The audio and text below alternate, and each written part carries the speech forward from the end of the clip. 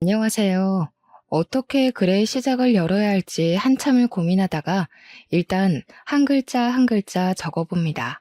보통은 자기소개부터 먼저 하던데 저는 결혼을 한 40대 후반의 여자입니다.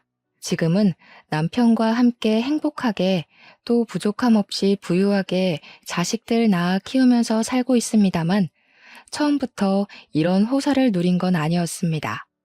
제가 할 이야기는 저희 남편과 시댁 사이에서 일어난 일들인데 우리 남편에게는 평생의 슬픔이자 아픔일 수도 있는 이야기입니다. 이렇게 청취자 여러분들을 위해 이야기를 풀고는 있지만 우리 남편의 그 시절을 생각하면 눈물이 앞을 가린답니다. 우리 남편의 별명은 샌드위치였습니다. 무슨 뜻인지 궁금하지 않으세요? 바로 가운데에 낀 샌드위치다 이 말입니다.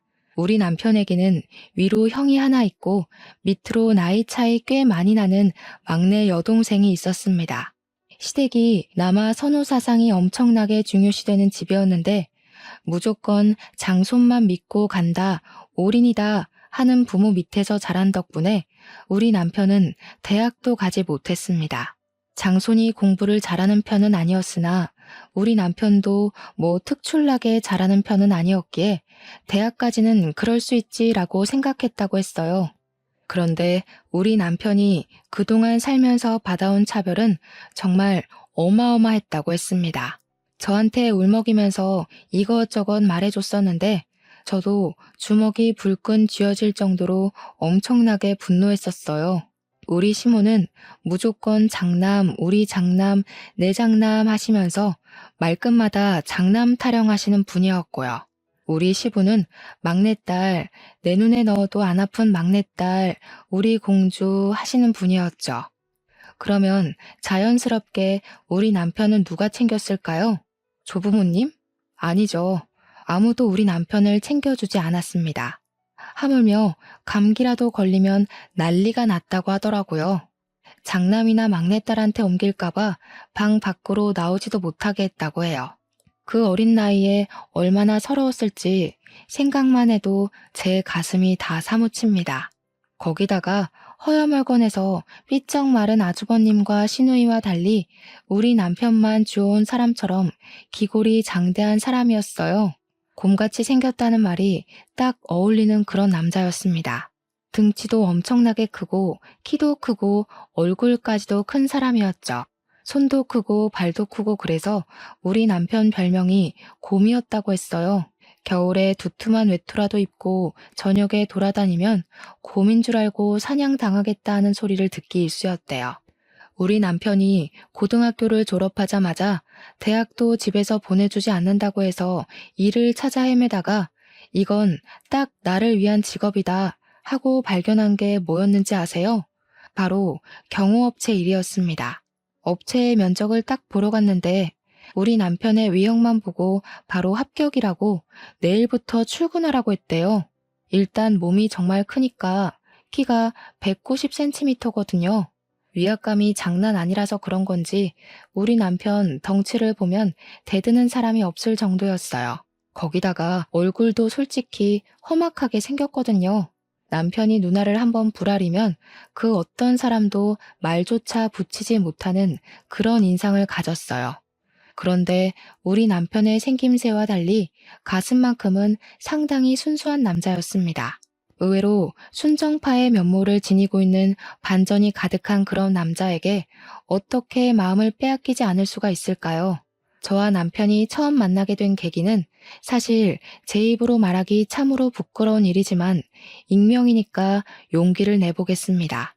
제가 우리 남편을 만나기 전에 만났던 전 남자친구가 좀 문제가 많은 그런 사람이었습니다. 요즘 말하는 데이트 폭력이라는 단어가 딱 어울리는 그런 사람이었죠. 그때 당시에는 제가 자존감도 많이 낮았던 상태였던지라 그냥 받아들였던 것 같습니다. 저에게 손찌검을 일삼는 그 남자에게서 도망을 가기로 마음을 먹고 결국에는 헤어지게 되었습니다. 그런데 그게 전 남자친구한테는 꽤 자존심이 상했던 모양인지 계속 저를 찾아와서 귀찮게 굴고 소리를 지르고 그랬어요. 그날도 실랑이를 벌이다 분을 참지 못한 전 남자친구가 저를 향해 손을 딱 올렸는데 그 순간 길을 지나가던 남편이 저를 구해준 거였습니다. 찌질함에 극치를 달리던 전 남자친구는 우리 남편의 등치를 보자마자 뒷걸음질을 치면서 저한테 새 남친이냐? 나쁜 년. 이러면서 도망을 가더라고요. 그냥 제 앞을 떡하니 막아주고 손 올리려던 걸 막아준 것뿐인데 바로 꼬리를 내리는 전 남자친구를 보면서 어이가 없었죠. 남편은 저를 보고 저 새끼 뭐냐고 물어보았고 저는 사실 남편의 그 얼굴과 말투에 쫄아서 모든 걸 다 이야기했습니다. 이야기를 쭉 듣던 남편이 어디 사느냐고 물어봤고 저기 앞에 주택에 산다고 하니까 남편도 자기 그쪽에 산다고 하더라고요. 무슨 일 생기면 연락하라고, 원래 저런 놈은 한 번에 나가 떨어지는 놈이 아니라고 자기가 도와주겠다고 휴대폰 번호를 알려주더라고요. 솔직히 남편 첫인상이 진짜 너무 무서워서 이놈도 미친놈이면 어떡하지 싶었거든요. 이런 놈한테 잘못 걸리면 생매장 당하는 거 아닌가 싶어서 연락을 할까 말까 고민을 했는데 진짜 전 남자친구가 며칠 지나지 않아서 저를 또 찾아왔더라고요. 술에 완전히 취해서 나쁜 년이야, 넌 못된 년이야 하면서 발길질을 하려고 하길래 놀래서 남편을 불렀고 몇 번이고 귀찮은 기색 한 번 없이 찾아와 저를 도와주었습니다. 전 남자친구가 결국 남편에게 호되게 당하고 더 이상 찾아오지 않겠다는 각서까지 쓰고 나서야 일은 마무리가 되었죠. 그 각서를 받기까지 6개월이 넘는 시간이 걸렸고 매번 저를 찾아와 도와준 남편에게 정도 너무 들어버렸고 정말 너무 고마웠습니다. 자연스럽게 밥 한 끼 하자는 연락이 잦아지고 연애를 하게 된 것이죠. 그때 처음 알게 되었어요. 남편이 경호업체에 재직 중이라는 것을요. 어쩐지 싸움도 잘하고 힘도 세더라고요. 당시에 남편이 일하던 업체는 연예인들 경호도 전문으로 하는 그런 곳이었습니다. 예를 들면 콘서트 같은 걸 하거나 사인회 같은 거 할 때 연예인들을 보호하고 관중들을 통제하기 위해 쭉 가드들이 서 있잖아요. 그 역할을 하는 업체였어요.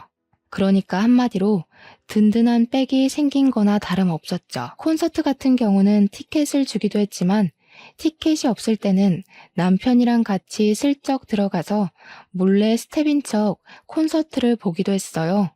물론 그러면 안 되는 걸 알면서도 좋아하는 연예인이 공연을 한다고 하면 어떻게 해서든지 보러 가고 싶은 게 사람의 마음이잖아요.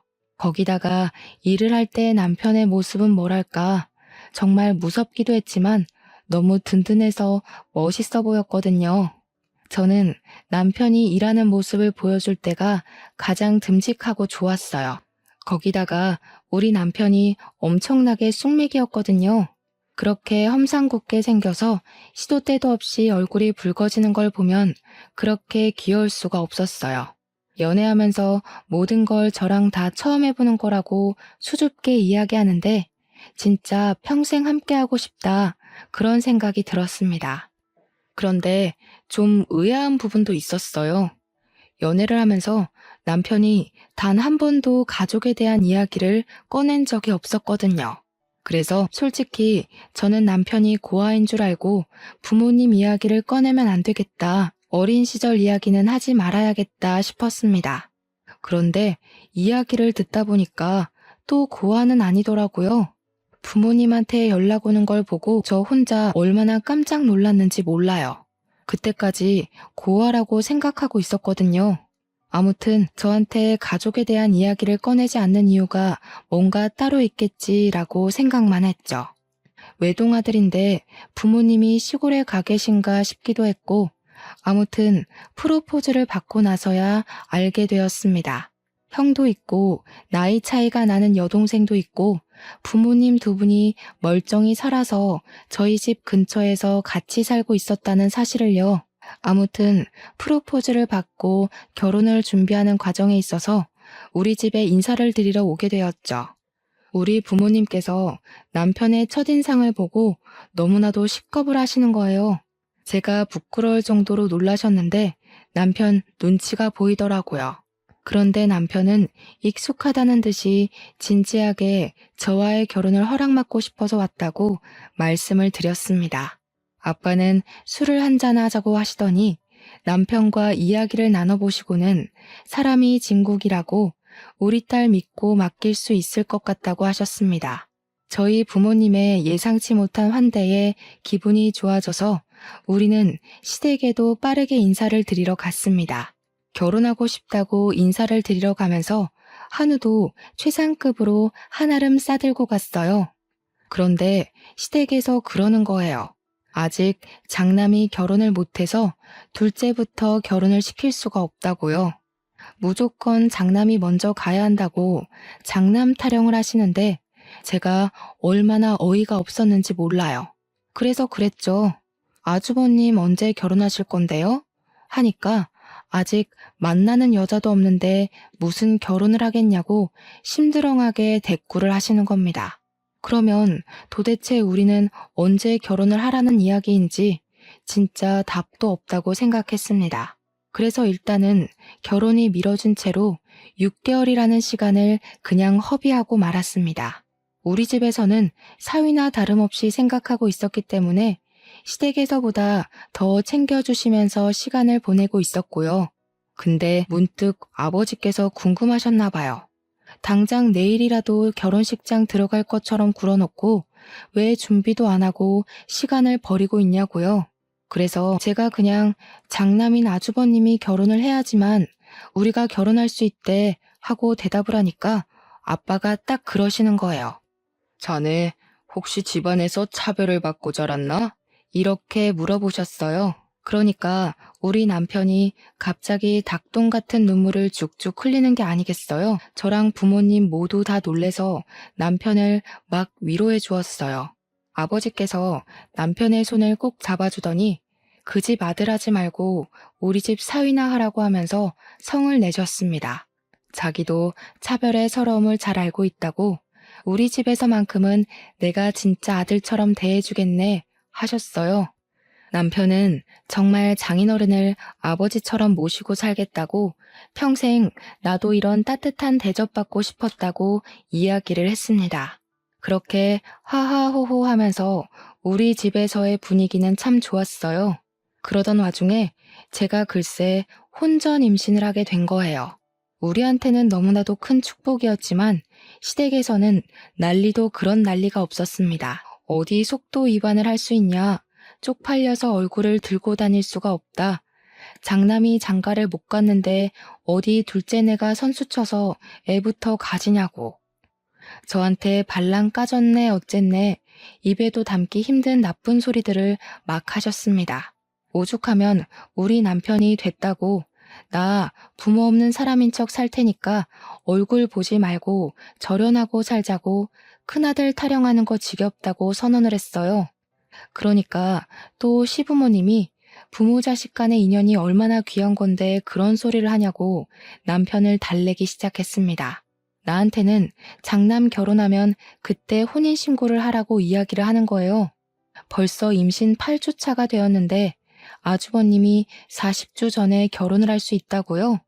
진짜 이게 말인지 방귀인지도 모르겠더라고요. 결국에는 어떻게 했는지 아세요? 그때부터 매주 부랴부랴 아주버님이 선자리를 나가기 시작했습니다.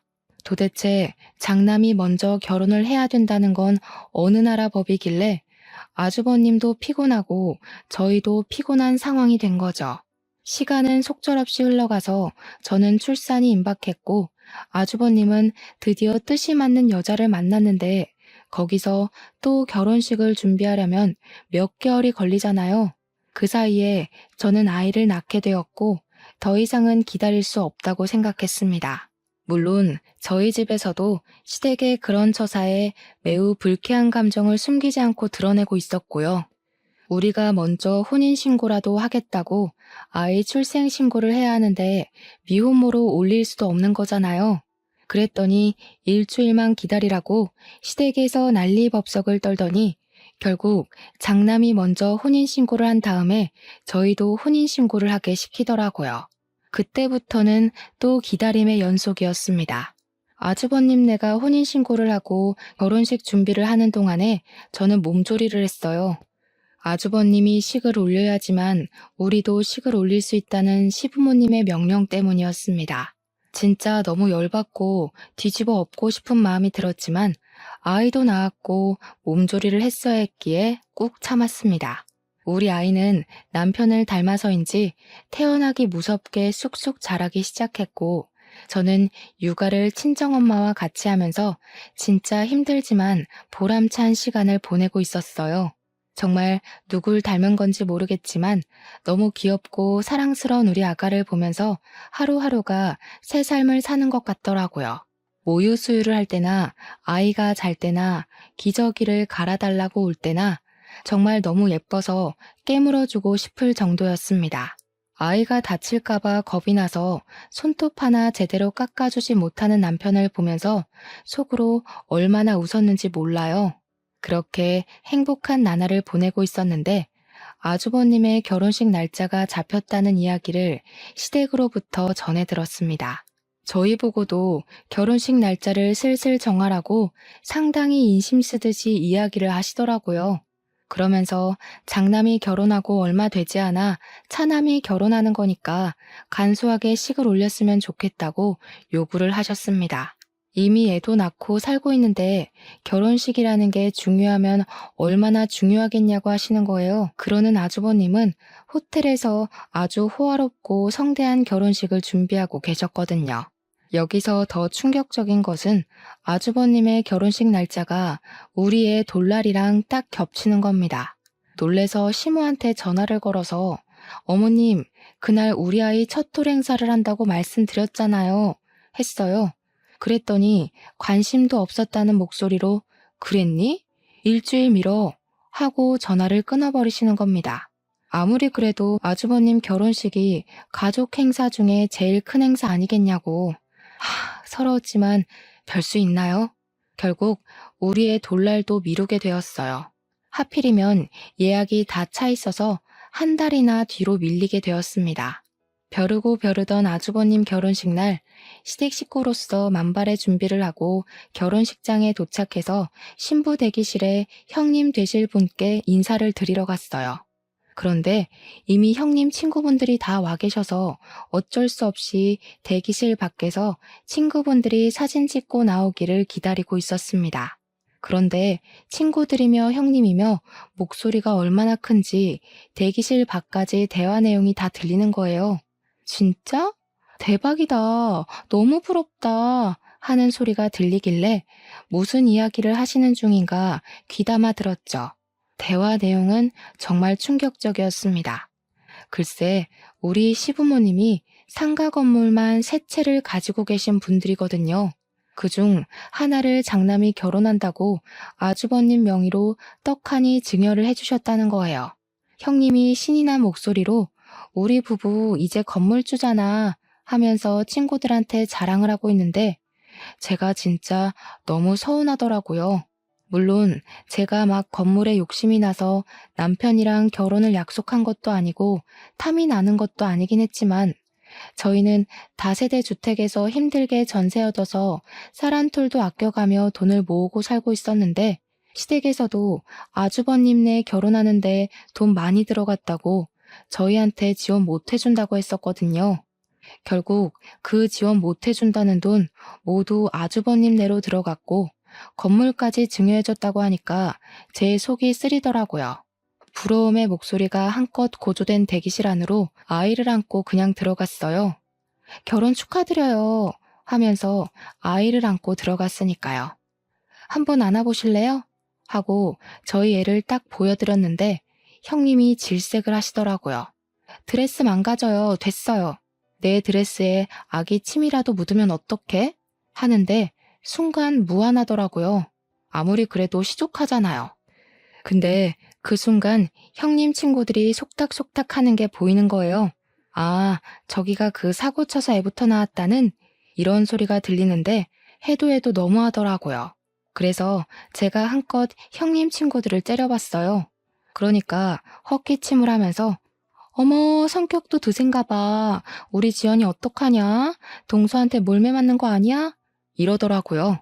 형님 이름이 지연이거든요. 제가 진짜 어처구니가 없어서 결혼식을 어떻게 본 건지 기억도 안 나요. 한 달 뒤에 우리 애 돌잔치 한다고 시댁 단톡방에 이번에는 까먹지 말라고 올렸더니 시모가 뭐라는 줄 아세요? 예, 잘 됐다. 뭐하러 행사를 2번 하니? 애 돌잔치 하는 날 가족들도 전부 모일 건데 그때 결혼식도 같이 해라 하시더라고요. 저 진짜 머리가 완전 띵 해가지고 무슨 말을 해야 할지 막막했습니다. 돌잔치 장소가 아무리 크다고 해도 결혼식장이랑 비교가 되나요? 남편이 우리 결혼식 제대로 할 거라고 이야기를 하니까 시모가 생각 없다면서 손님들이 바로 또 오겠냐고 대충 하라고 하시는 겁니다. 어차피 축의금 거두려고 결혼식 하는 거 아니냐고 돌잔치하고 얼마 안 있어서 결혼식까지 하면 사람들이 욕한다고 하더라고요. 거기다가 아주버님 결혼한 지 1달밖에 지나지 않았는데 또 결혼식을 한다고 하는 게 생각이 있는 거니 없는 거니 하면서요. 제가 진짜 얼마나 서러웠는지 친정에 와서 울면서 이야기를 했더니 아빠가 화를 씩씩 내시더라고요. 내가 빚을 내서라도 더 좋은 호텔에서 결혼식 시켜주겠다고 하시는데 또 그럴 수가 없잖아요. 호텔 결혼식 비용이 한두 푼 드는 것도 아니고 저희 생활에 맞춰서 해야 하는 것도 맞으니까요. 그래서 결국 저는 모든 걸 포기하고 돌잔치를 웨딩드레스 빌려 입고 했습니다. 저도 참 바보 같죠. 돌잔치 날 웨딩드레스를 입고 있으니 일가 친척들도 황당해 하시고 제 친구들도 저를 진짜 불쌍하게 쳐다보더라고요. 애 돌잡이 하면서 결혼 반지 나눠 끼고 돌잔치를 진행하시던 분도 10수년간 진행하면서 이런 건 처음 본다고 하셨어요. 그 와중에도 저는 스몰 웨딩 하는 거라고 생각해야지 하면서 저 스스로한테 최면을 걸고 있었습니다. 시부모님이 막상 그 꼴을 보고 좀 민망해 하시기도 하고 미안하시기도 했는지 신혼여행은 보내주시더라고요. 근데 웃긴 게 아주버님 내는 선물도 주시고 신혼여행도 하와이로 화려하게 보내주셨거든요. 저희한테는 필리핀 세부 정도 다녀오면 충분하지 않냐고 풀 패키지로 엄청 싼 거 끊어서 보내주셨어요. 패키지 일정이라 관광지만 내내 돌아다녀야 해서 신혼 첫날 밤은 무슨 쉴 틈이 생기면 잠만 퍼질러 잤습니다. 제가 그때 이후로 절대 패키지 여행은 다니지 않고 있어요. 물론 재미도 있긴 했지만 우리도 좀 럭셔리 휴양지 이런 거를 기대했는데 호텔 방도 여관방 같은 곳이었고 여러모로 신혼여행이랑은 맞지 않았죠. 신혼여행을 다녀와서 남편이랑 저랑은 제대로 결심을 했습니다. 앞으로 무슨 일이 어떻게 벌어지더라도 시댁에는 최소한의 자식 간의 도리만 하고 살자고요. 몇 년 뒤 막내 신우가 결혼할 때도 호텔에서 엄청 비싼 뷔페까지 대령해가며 결혼시키는 거 보고 남편도 그제야 모든 마음을 접더라고요. 안부 전화도 하지 말고 오랄 때까지 가지도 말자고. 아프든 말든 돈이 있든 없든 신경 쓰지 말고 살자고 했어요. 저도 남편이 모든 걸 포기하고 나니까 한결 마음이 가벼워져서 남편 말에 따르기로 했죠. 더 웃긴 건 뭔지 아세요? 막내 신우한테도 건물을 한 채 증여해줬다는 겁니다. 우리 남편한테만 쏙 빼놓고 건물 3채 중에 2채를 자식들에게 증여를 한 거죠. 우리 남편 입장에서는 얼마나 짜증나고 서러웠겠습니까? 자식이 아닌 저도 짜증나고 서러운데 다시 신혼여행 이후로 돌아와서 예상치 못하게 우리는 신혼여행지에서 둘째를 가지게 되었습니다. 어영부영 시간이 흐르고 친정의 도움을 받아서 둘째까지 잘 낳고 조리까지 잘했어요. 저희가 아이를 2이나 낳는 동안 형님네는 아이가 생기지 않는 건지 낳지 않기로 한 건지 모르겠는데 아이 소식이 없었습니다. 형님 성격상 아이를 낳지 않겠다고 선언하시고도 충분하신 분이라 그냥 그런가 보다 하고 신경 쓰지 않았죠. 그런데 제가 첫 아이는 딸을 낳았었지만 둘째는 아들을 낳았거든요. 남아 선호사상 진하게 있으신 분들이라 제가 아들을 낳았을 때는 정말 병원으로 이것저것 엄청 보내주셨었어요. 매일같이 찾아와서 우리 손주 하시면서 얼굴을 보고 가시기도 했고요. 그런데 우리 아이가 한 100일쯤 되었을 때 예상치도 못한 일이 또다시 터지고 말았습니다. 시댁에서 오랜만에 호출이 왔기에 갈까 말까 고민하다가 둘째는 예뻐해 주셨기에 아이를 데리고 갔거든요. 그런데 시모가 저를 보면서 엄청나게 근심 걱정이 가득한 얼굴로 이야기를 하시더라고요. 예, 첫째 내가 글쎄 불임은 아닌데 임신이 좀 힘들다고 하더라. 우리 장남이 아이를 낳아야 내가 조상님들께 면이 서는데 말이야. 에휴, 거기다가 첫째 며느리가 글쎄 애 낳으면 몸매가 망가진다고 출산을 거부하는 모양이더라고. 어머님 속이 많이 상하시겠네요. 장남이 대를 이어야 한다고 계속 말씀하셨잖아요. 그렇지. 그래서 말인데 너네 둘째가 아들이잖니? 얘를 우리 장남이 키우는 건 어떨까 싶은데. 처음에 어머님이 무슨 말씀을 하시는 건지 몰라서 눈만 동그랗게 뜨고 있었어요. 알고 보니까 우리 둘째는 아주버님네 입양을 시키자는 이야기였습니다. 저는 너무 어이가 없고 놀랍고 저런 생각을 할 수 있다는 거에 기겁을 해서 어머님 정신 나갔어요? 하고 소리를 질렀어요. 아니, 이게 말이나 되는 소리예요? 제 아들을 지금 누굴 줘요? 시부모한테 정신 나갔어요는 어디서 배워먹은 말버릇이야? 내가 뭐 남주자고 그랬어? 너네가 낳은 거야 잘 알지. 그런데 키우는 건 큰애네가 하자는 거 아니냐? 그래, 아무래도 장남네가 아들을 키워야 면이 서지 않겠니? 너도 잘 생각해봐라. 걔네 건물만 2채나 가진 부자야. 우리가 첫째 결혼하고 나서 장남한테도 한 채, 맏며느리한테도 한 채 나눠주지 않았니? 건물 3채 있던 것 중에 2채만 증여한 줄 알았더니 채채를 모두 증여했던 것이었습니다. 아주버님네 2채, 시누이네 1채요. 그 이야기를 아무것도 주지 않은 둘째 며느리인 저한테 당당하게 이야기를 하시는데 평소에 얼마나 우리 남편을 무시했으면 저런 소리를 뻔뻔하게 할까 싶었습니다. 저는 정말 머리가 획가닥 돌아버리는 듯한 느낌을 받았어요. 저한테 계속 돈 많은 부모 가진 게 얼마나 덕인 줄 아냐? 너네 아들도 장남네 집에 입양되면 기뻐할 거다 하면서 말도 안 되는 소리로 저를 설득하시는 겁니다. 제가 그 말에 당연히 넘어갈 거라고 생각했는지 너네한테도 내가 섭섭지 않게 돈을 좀 줄게 하시는데 너무 열이 받았습니다.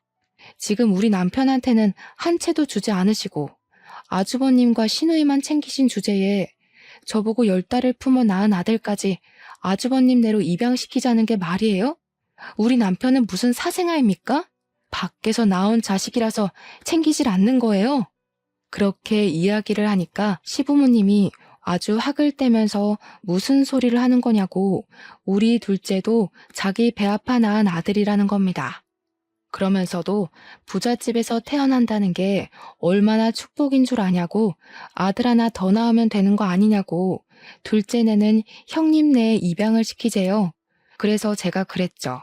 이거 아주버님네도 동의한 거 맞냐고요.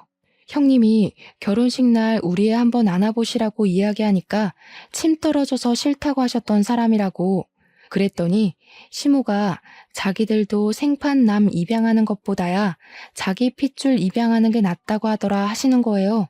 그러니까 한마디로 우리 남편과 저의 의견을 빼놓고 자기들끼리 이미 입을 다 맞춘 상태였다는 거죠. 입양 절차도 다 알아봤으니까 손 쓸 거 하나도 없다고 애만 두고 가라는데 열받아서 눈물이 다 나더라고요. 애 절대 못 준다고 앞으로 우리한테 연락하지도 말고 찾아오지도 말라고 했습니다. 경찰에 신고할 거라고 접근 금지라도 받아오겠다고 하면서 여태까지 그렇게 사셨듯이 둘째 아들 없는 셈 치고 사셔라 했어요. 출근한 우리 남편에게 울면서 전화해서 이 모든 이야기를 해주니까 남편이 당장 시댁으로 찾아가겠다고 난리를 치더라고요. 그날 저녁에 퇴근하고 시댁에 가서 한바탕 남편이 뒤집어 엎고는 집으로 돌아와서 제 손을 꼭 잡아주었습니다. 저도 배신감을 느끼고 아파하는 남편을 위로해 주었죠. 그날 이후로 완벽하게 절연이라면서 남편이 휴대폰 번호도 바꿔버리고 저도 완전히 시댁 번호까지 싹 차단해버렸어요. 그렇게 몇 개월이 더 지난 어느 날 남편네 경호업체 대표가 남편에게 할 말이 있다고 불렀다고 하더라고요. 남편이 거의 초창기 멤버이고 남편만큼 오래 그 업체에서 일한 사람이 없었기에 남편은 은근히 긴장한 상태로 대표를 만나러 갔습니다. 근데 대표가 그랬대요. 자기 이민 가서 자식들이랑 오순도순 살아보고 싶다면서 업체를 맡아서 키울 생각이 있냐고요. 권리금을 조금만 받고 사업체를 아예 남편 이름으로 넘겨주고 싶다고 했다는 겁니다.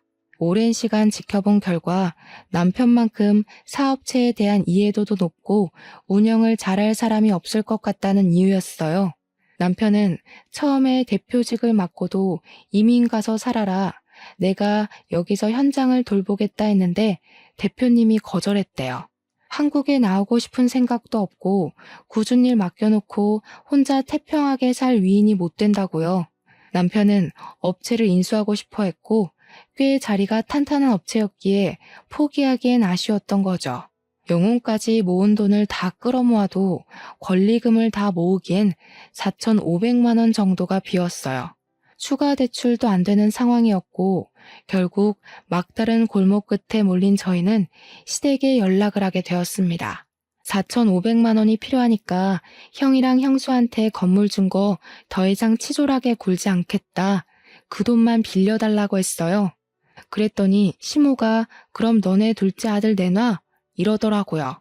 형수도 입양해서 키우고 싶다고 했다고 남편이 열받아서 당신은 내 엄마도 아니라고 내가 실수했다고 하면서 전화를 끊고는 우리 친정에 가서 아빠를 붙잡고 남편이 엉엉 울더라고요. 제 앞에서는 잘 울지도 않는 남편이 우리 아빠만 붙잡고 우는 걸 몇 번이나 보는지 모르겠네요. 사정을 들은 아버지께서 자기가 4,500만 원 어떻게든 구해다 주겠다고 하셨고 남편은 2배로 불려드릴 거라고 했어요. 사기꾼 같아 보이는 말이었지만 우리 남편의 우직함을 믿고 아버지는 노후 자금을 깨서 4,500만 원을 마련해 주셨습니다. 남편은 사업체를 물려받게 되었고 경호업체를 운영하면서 사람만 많아서 될 것이 아니라며 감시 체계를 확실하게 설립하자고 했다더군요. CCTV 보안 쪽도 함께 하면서 도청이나 몰카 같은 걸 찾아내는 신식 기계까지 도입을 해서 운영을 했습니다.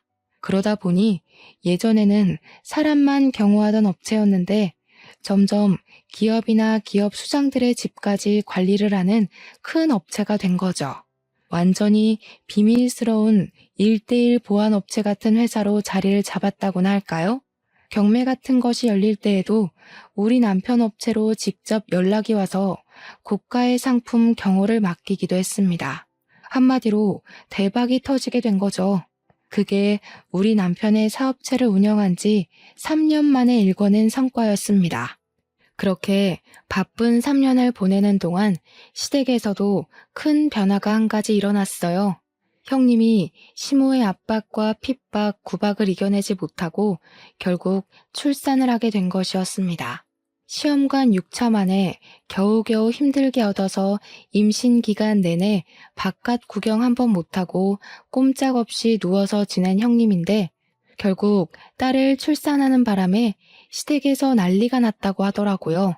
시무가 형님한테 엄청 난리를 치면서 당장 둘째를 가지라고 했대요. 형님은 애 하나 낳는 것도 얼마나 힘들게 낳았는데 둘째를 가지라는 소리를 할 수 있냐고 자기가 애 낳는 기계냐고 완전히 냉기 철철이고요. 우리 남편은 약속했던 대로 3년 만에 빌린 4,500만 원을 9천만 원으로 갚아드렸습니다.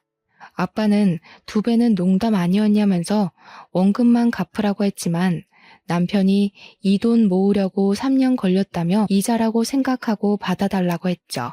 4,500만 원이었으면 진즉 갚았을 거라고 장인어른 덕분에 사업체가 커지고 발전할 수 있었다고 평생 감사하며 살겠다고 했습니다. 우리 아빠는 눈시울이 붉어지고 이런 사위 얻어서 행복하다 하셨고 남편은 평생 친아버지처럼 모시고 살겠다고 했죠. 둘이 부둥켜 안고 눈물 샤워를 하는데 엄마랑 저랑 그걸 보고 좀 황당해했어요. 둘이 너무 애틋하니까 저랑 엄마랑 끼어들 틈이 없더라고요. 여기서 글이 마무리가 된다면 너무 허무하겠죠? 진짜 재밌는 이야기를 시작할게요. 그렇게 시간이 흐르고 저희는 절연한 상태로 지내고 있었는데 어느 날 뜬금없이 신우한테도 연락이 온 겁니다. 우리 신우도 건물을 한 채 받았었다고 이야기했었잖아요. 근데 신우가 연락이 와서는 저한테 둘째 언니네도 건물 한 채 받았지? 그거 시세 얼마야? 하더라고요. 아주버님네가 두 채를 다 받았다는 사실을 전혀 모르는 것 같았습니다. 그래서 솔직하게 말을 했죠. 건물 시세가 얼만지 모르겠는데요? 하고요. 그러니까 신우가 멋쩍어 하면서 아니, 내가 막내딸이라고 제일 싼 건물 받은 것 같아서 그러면 억울하잖아 하는 겁니다. 자기가 제일 어리니까 오래 살지 않겠냐고 그러니까 자기가 더 좋은 건물을 받아야 할 것 같다면서 막내라고 차별당하는 것 같다는 거예요. 그 말을 듣는데 열이 싹 오르더라고요. 아니요, 신우. 우리는 아예 건물을 못 받아서 모르는 거예요. 두 채 다 아주버님네한테 증여한 거 모르셨어요? 뭐? 진짜야? 작은 오빠는 못 받았다고? 제정신 아니야? 저한테 건물 더 좋은 거 있으면 바꾸자고 할 생각으로 전화한 것 같던데 형님네가 두 채 다 가졌다고 하니까 태도 싹 바뀌어서 난리더라고요. 사람 욕심이 끝도 없다더니 신우도 똑같은 속물인 거죠. 저희는 저희 능력대로 잘 먹고 잘 살고 있어요. 혹시 형제들끼리 재산 싸움 하실 거면 저희는 빼주세요. 그이도 시댁이랑 절연 선언한 마당에 건물이 무슨 소용이 있겠어요? 저희 그거 필요 없어요. 남편이 잘 나가는 사업자 대표인데 한 달에 버는 수익이 그깟 3층짜리 상가 건물보다 훨씬 좋은걸요. 건물 같은 거 하나도 아쉽지 않았습니다. 그랬더니 신우가 혹시라도 저희가 뭐 하나 더 받은 게 있을까봐 꼬치꼬치 캐묻더라고요. 혹시 둘째 언니 지금 사는 집 말이야. 그 아파트 우리 엄마가 해준 거야? 아니요. 저희가 벌어서 산 건데요. 시댁에서 이런 한 푼 도움받은 거 없으니까 눈독 들이실 것도 없어요. 작은 오빠가 그렇게 잘 번다고? 지금 사는 아파트 주상복합 펜트하우스잖아. 그거 몇십억 하던데? 관리비도 한 달에 엄청 나오는 걸로 알고 있는데 어떻게 알았냐고 하니까 등기부등본 떼봤다고 하더라고요. 그러면서 작은 오빠가 그렇게 돈 잘 버는 줄 몰랐다고 회사에 남는 자리 없냐, 우리 남편 취직 좀 시켜줘라 난리가 난 거죠. 무슨 돈이 나서 그 집을 샀냐 너무 궁금하다. 사업 수완 좀 알려달라. 난리를 치길래 신우 돈 필요하냐고 물어보니까 그제야 우물쭈물 이야기를 하더라고요. 신우 남편이 글쎄 도박을 해가지고 신우 건물까지 근저당 잡혀서 경매에 넘어갔다는 소리를 하는 겁니다. 그동안 그 꼬마 상가에서 월세 받는 돈으로 생계를 유지했는데 경매에 넘어가고 나니까 돈이 한 푼도 없는 거죠. 대출이고 뭐고 돈 나올 구멍이 없으니 만만한 우리 집에 건물 핑계대고 돈 좀 빌려볼까 싶었던 거예요. 그래서 우리 집 등기부등본 떼보니까 펜트하우스 엄청 비싼 집이 나오니까 시부모가 준 돈에서 나왔겠구나 싶었던 거죠. 돈 좀 뜯어가려고 했는데 우리 남편이 벌어서 산 집이라고 신우한테 줄 돈 없다고 시댁에 가서 말하라고 하니까 당황했나 보더라고요. 그렇게 우리 공주 하면서 예뻐해줬던 시부한테 말해서 돈 받으라고 하고는 끊어버렸습니다. 남편에게도 이야기를 해주고는 신우 전화 받지 말라고 했어요. 차단까지 눈앞에서 싹 하고는 평화롭게 지내고 있었는데 며칠 지나지 않아서 형님한테로 연락이 온 겁니다. 시댁에서 얼굴 좀 보고 이야기 좀 하자길래 제가 왜요? 하니까 손윗사람이 부르는데 어디 말대꾸냐고. 어차피 저희도 더 이상 수그러들 필요 없으니까 남편이랑 같이 시댁에 찾아갔습니다. 신우가 뱉어놓은 말도 있고 상황이 궁금하기도 했거든요. 애들은 친정 부모님께 부탁드리고 남편이랑 룰루랄라 손잡고 시댁에 갔어요. 신우랑 형님네랑 다 와 있더라고요. 시부모도 슬쩍 눈치 보면서 서로 할 말은 있는 것 같은데 입을 열지 않길래 제가 먼저 물꼬를 텄죠. 제가 먼저 이야기할게요. 저희는 시댁에서 지원받은 거 하나도 없으니까 재산 분할 싸움에 빼주세요. 먼저 요구할 만한 재산도 없고 우리는 이만 가보겠습니다. 아니 동서, 가긴 어딜 가? 동서가 신우한테 이야기했어? 우리가 건물 2채 받았다고? 네. 그거 시부모님이 알려주신 건데요? 왜요? 신우는 알면 안 돼요? 아니, 이건 불공평하지. 첫째라고 건물 2채 주는 게 어딨어? 막내라고 신우는 하나 챙겼잖아요. 샌드위치 우리 남편은 하나도 못 챙겼는데. 그리고 그 건물 주인 찾는다 치면 우리 거지 신우 거는 아니잖아요. 나 정말 죽게 생겼다니까. 2억만 해달라고 2억. 형님, 신우한테 2억 해줘요. 20억짜리 건물 가져갔으면 10%는 해줄 수 있잖아. 우리도 그 건물 없어. 남편이 사업한다고 건물로 대출받았다가 다 날려먹었단 말이야. 아니 그게 무슨 소리야? 무슨 소리긴요. 그이가 사업한다고 건물로 대출받았다가 다 날려먹고 하나 남은 건물도 곧 넘어간다고요. 그 소리에 시부모님은 거의 뒤로 넘어가셨습니다. 야, 이 녀석들아. 우리가 평생을 일궈서 산 건물을 나눠줬으면 잘 쓸 생각을 해야지. 터무니없는 짓을 벌여서 다 날려먹어? 그러니까 신우랑 형님이랑 줬으면 장땡이지 뭘 참견을 하냐고 싸우더라고요. 저랑 남편은 그냥 강 건너 불구경했죠. 그러니 시모도 체념한 듯 너네 빚이니까 너네 알아서 하라고 하시더라고요. 신우랑 아주버님이랑 둘 다 난리가 났는데 저희는 그러든지 말든지 안녕히 계세요 하고 나왔습니다. 그렇게 6개월이 더 지났어요.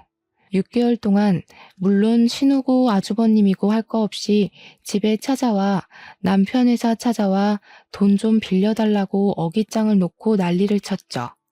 우리 남편은 당연히 딱 잘라서 거절했고요.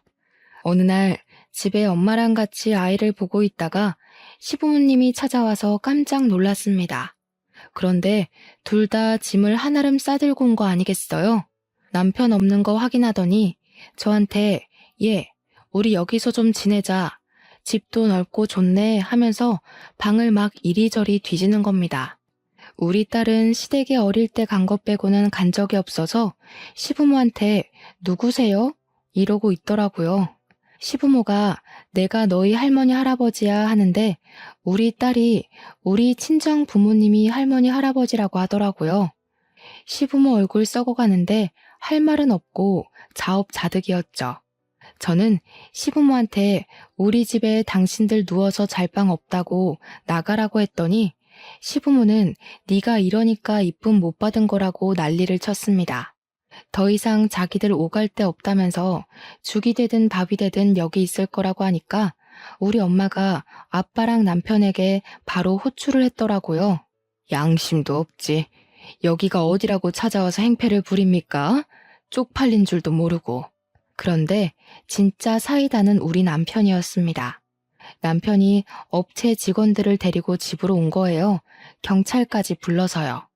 남편이 새로 보안 시큐리티를 운영하면서 경찰이랑 협업을 하고 있었거든요. 경매나 국보 같은 거 경호할 때도 있어서요. 시부모 양팔을 떡하니 잡더니 짐까지 다 들어서 직원들이 시부모를 집 밖으로 내쫓더라고요. 시부모는 이게 무슨 짓이냐고 제가 우리 아들이라고 하는데 남편이 그랬어요. 나 부모 없다니까? 우리 애를 4,500만 원에 팔아넘기라고 했을 때 절연했잖아. 지난번에 혹시나 반성하는가 싶어서 우리 부른 건 줄 알았더니 사과 한마디 없었잖아. 당신 애들 같은 부모 없어 나는. 그러니까 알아서들 사쇼. 결국 첫째가 우리 집까지 홀라당 해먹었다. 우리가 갈 곳이 없어. 걔가 그렇게 마이너스의 손일 줄 알았겠니? 이럴 줄 알았으면 너를 챙기는 건데. 경찰관님, 고생 좀 해주세요. 이 사람들 주거 침입으로 넣어주시고요. 시부모 표정이 정말 허옇게 질린 와중에 저는 딸한테 저분들한테 인사드려 예의는 차려야지 했어요. 우리 딸이 네, 안녕히 가세요 하더라고요. 저는 문 닫아버렸고요. 한참을 집 앞에서 경찰이랑 실랑이를 하는 것 같았던 시부모는 결국 경찰차를 타고 사라졌습니다. 나중에 아주버님네랑 신우네랑 번갈아 가면서 부모한테 너무하는 거 아니냐 하는데 남편이 그러더라고요. 너네 엄마 아빠지 우리 엄마 아빠 아니라고요. 우리 엄마가 속이 시원하긴 한데 그래도 마음이 편하진 않다고 하니까 아빠가 그러더라고요. 차별이라는 게 얼마나 서러운 건지 몰라서 하는 소리라고. 이제 와서 저러는 거 뭐가 좋다고 받아주냐고 절대 받아주면 안 된다고요. 남편 보고 술이나 한잔하자고 하시더니 둘이 열심히 앞으로 삶을 어떻게 살 것인가에 꽂혀서 이야기를 나누시더라고요. 저는 우리 남편의 모든 결정을 지지하고 응원하기로 마음먹었습니다. 부모 자식 간의 연을 끊는다는 게 정말 힘든 일인지 알지만 남편의 결심을 흔들지 않으려고 해요. 제 이야기 어떠셨나요? 재미있으셨죠?